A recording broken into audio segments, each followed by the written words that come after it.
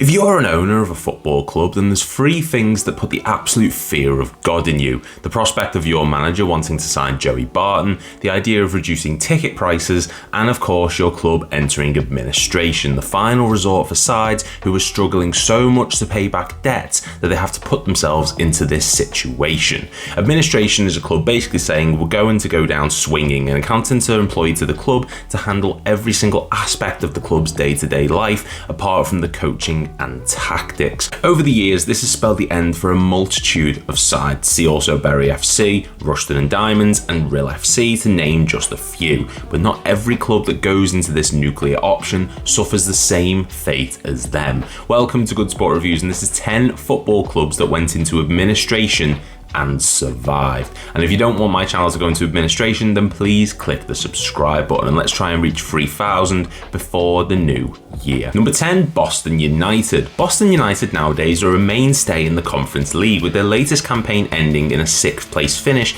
in the National League North. However, back in the 2006-07 season, the Pilgrims were in a difficult situation, ending the season in 23rd place, losing 24 matches along the way. This meant that they were expecting to play the 2007-08 campaign in the Conference National, but this was put in jeopardy after the club's chairman at the time, Jim Rodwell, entered the club into a CVA due to financial pressures, and they were deducted 10 points at the end of that season, rather than heading into the new campaign on minus points. And while this sounds good on paper with them already being relegated, FA rules dictated that they were to be demoted 2 divisions as a result of the HM Revenue and Customs placing a restriction into that CVA for Bolton not being allowed to pay 100% of football creditors what they were owed. This meant they spent the 2008 season in the Conference North Division 2 flights beneath League 2. They exited administration on the 20th of May 2008 after suffering another relegation despite finishing the previous campaign in 10th place. Number 9, Bolton Wanderers. Between 2018 and 2019, Bolton Wanderers went through a horrific time with regards to financial stability. After reaching an agreement with the club's main creditor, Blue Marble Capital Ltd, over an unpaid loan, the club avoided administration and a points deduction, but was served a winding up order in September 2018 after failing to make payment to the HM Revenue and Customs, and a court date and hearing was postponed until the end of the season after the club failed to make payment for permanent signings, and it was clear that they were in a dire situation. Fast forward to May 2019, and the Whites were placed into administration due to an unpaid tax bill of £1.2 million,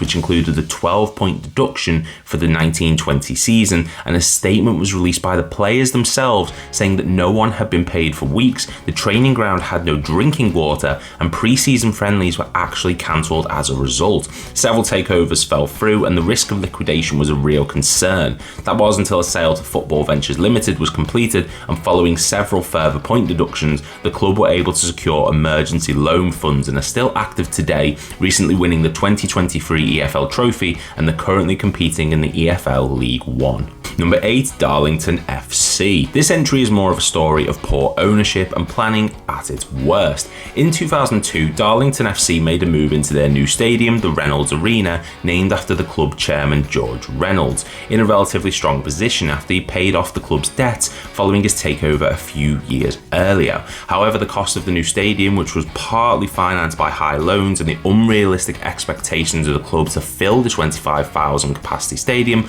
led to the side being placed into administration just 6 months later, and following the resignation of Reynolds in January of 2004, the club were under threat of closure due to the high debt, so much so that a benefit match which featured footballers like Brian Robson, Sir Kenny Dalglish and Paul Gascoigne was played in front of a crowd of 14,000 to raise funds to ensure the short-term survival of the club until they could find new ownership. The match raised over £100,000, and after Reynolds handed over control of the club to the Sterling Consortium, the side were removed from administration in May of 2006.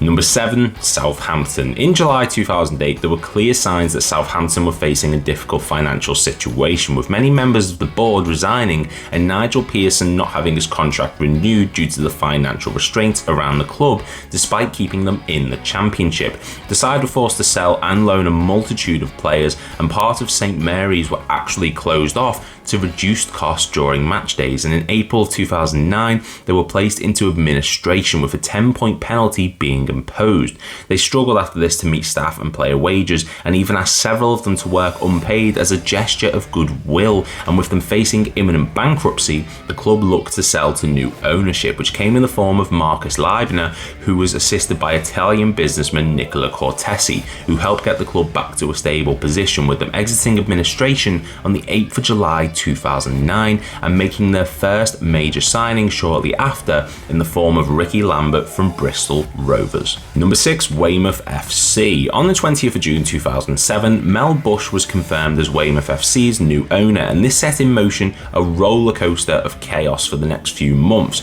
with the club going through 3 managers, a relegation to the Conference South, and a constant changing of board members, which meant on the 26th of October 2009, the club announced that they were in a critically poor financial situation and had another change in ownership, with George Rolls taking over operations, and the club going through yet another managerial change, this time with Jerry Gill taking the reins and only remaining in the job for 44 days, meaning the club went through 6 managers in the space of 2 years, and this led to a CVA being proposed by George Rolls, which prevented the club from being liquidated but placed them in administration. They suffered one further relegation before a takeover from lifelong fan Nigel Biddlecombe in February 2012 led to a trust fund being set up by the board, meaning that no one player could have complete control of the club again, following the mess made by Rolls over the previous few seasons.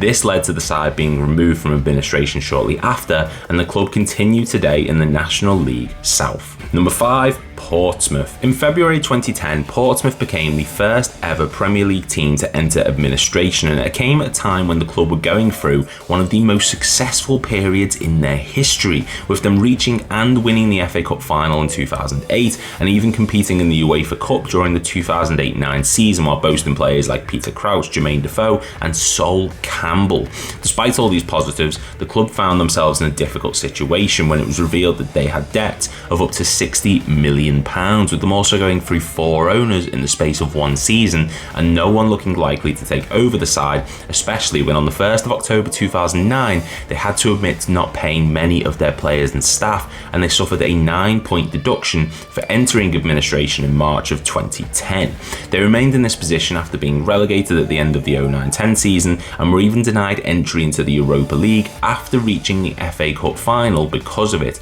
until the 17th of August when Balram Chanrai secured a takeover of the club and the Pompies were removed from administration 2 months later.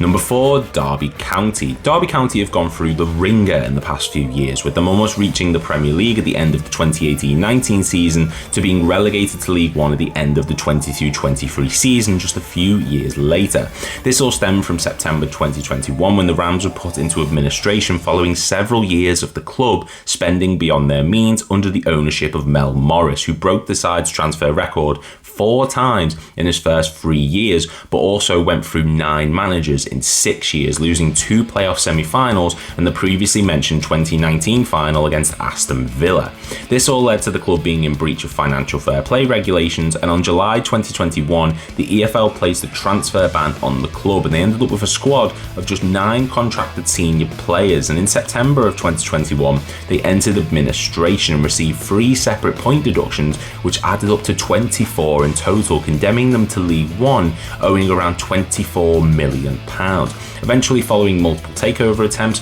the club exited administration on the 1st of July 2022, and they currently play in the Championship after winning promotion. 3. Wrexham AFC. It can be hard for people to imagine a time when the club owned by Mac and Deadpool were in a difficult financial situation, given the fact that they've won back-to-back promotions and are currently second in League One at the time of this recording. But back in 2004, the club were in a difficult spot, and on the 3rd of December, the Welsh side were placed in administration by the High Court of Manchester as they owed around £3 million, 800,000 of which was in unpaid taxes, and they became the first league club to suffer a 10-point deduction, and this left them in the relegation zone and subjected them to relegation itself. This all ended on the 30th of April 2006. The administrators and the club reached an agreement with local car dealer Neville Dickens, and a takeover was completed, removing them from administration just in time, as had the club still been in that position on the 3rd of June, they would have been automatically expelled from the Football League system. Number 2, Crawley Town FC. Like several clubs on this list, Crawley Town have been in administration twice, once in the late 1990s and once in 2006, when the club revealed they had debts of around £1.4 million, including money owed to current and even former staff of the side. In 2006, only one bid was submitted to the then owners of the club, and they were actually set to be liquidated one day later. However, a few days later, the club higher-ups met to reconsider the offer and agreed on a deal for the side to be sold for 50p of every £1 of its worth initially, before rejecting it again. And on September 2006, the club's debts reached 1.8 million, with them in desperate need of investment, with chairman Aswar Majid being jailed for tax fraud relating to his various other businesses at the time. They were deducted 10 points before being taken over by the Prospect Estate Holdings Limited in 2008, which relieved them of their financial issues. And number 1, Torquay United, and we end our list with the most recent club to go into the last resort of administration. Torquay United have been in a downward slope since the COVID-19 pandemic, with it being announced in February 2024 by club chairman Clark Osborne that he planned to appoint administrators and stand down from his duties.